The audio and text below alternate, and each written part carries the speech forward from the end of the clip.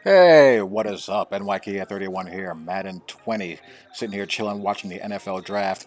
Jets just picked Denzel Mims. I was ready to pitch a fit.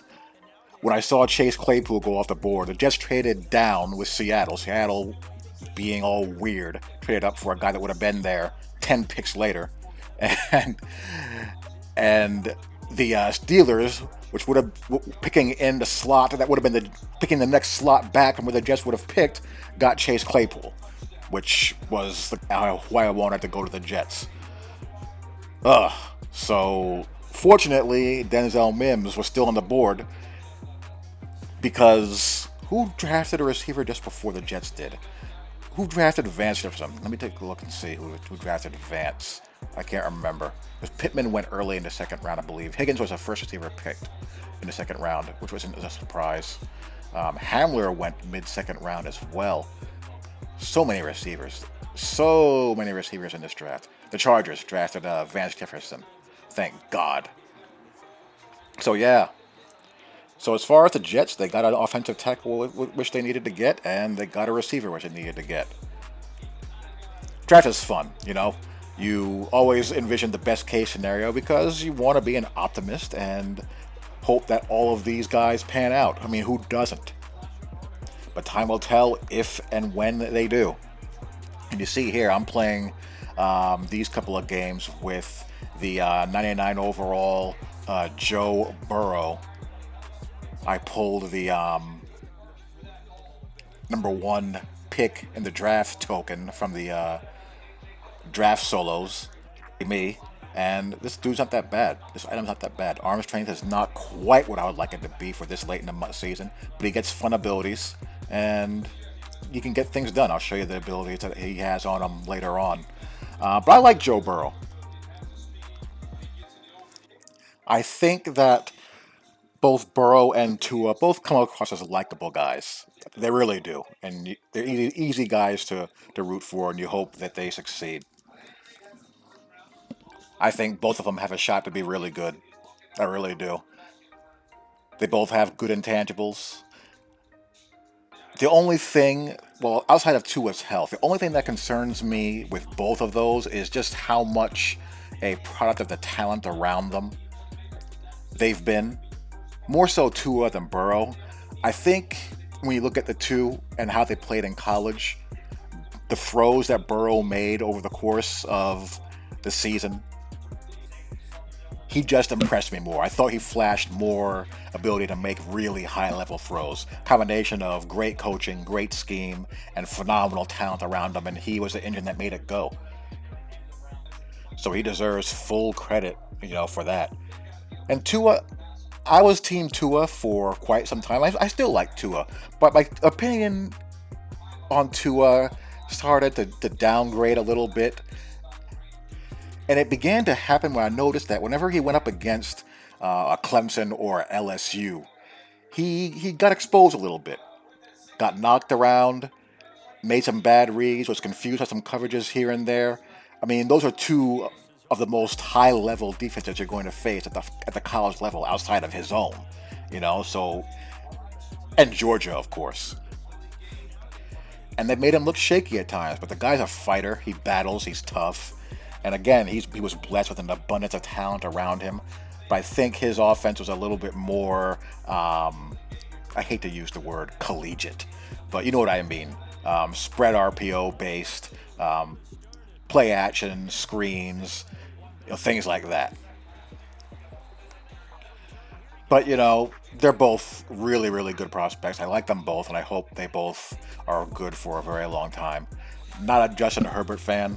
I think he's Josh Allenish, Christian Hackenbergish, Christian Ponderish, Jake Locker, Blaine Gabbert. He just has that. He just has that vibe to him. Guys who are not accurate in college rarely turn it around in the pros. The track record is not good. It's not good. Don't like Herbert at all. But I may be wrong. Again, he could get coached up, he could improve, and could become a perennial all pro caliber QB. I mean, that's the fun of the draft. You go in and you just hope for the best, and you hope that your team has put themselves in a good position. The Jordan Love pick was kind of funny, as you kind of see Aaron Rodgers' career come full circle now. He was the guy who was picked late in the first round and had to sit behind Brett Favre until Favre finally went on, and now he's the guy there, and they pick, the quarterback in the first round, and you can forget any chance of Aaron Rodgers, being the good soldier and giving the kid a helping hand. I mean, from what we know anecdotally of Aaron Rodgers' personality, the odds of that happening are pretty bleak. But I kind of feel for the guy. I don't think that organization has done him a lot of favors over the years with their personnel moves.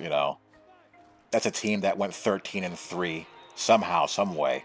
They were one of the least impressive 13-3 scenes I've seen in recent memory. But your record is what it is, and they were a game away from a Super Bowl before they got steamrolled.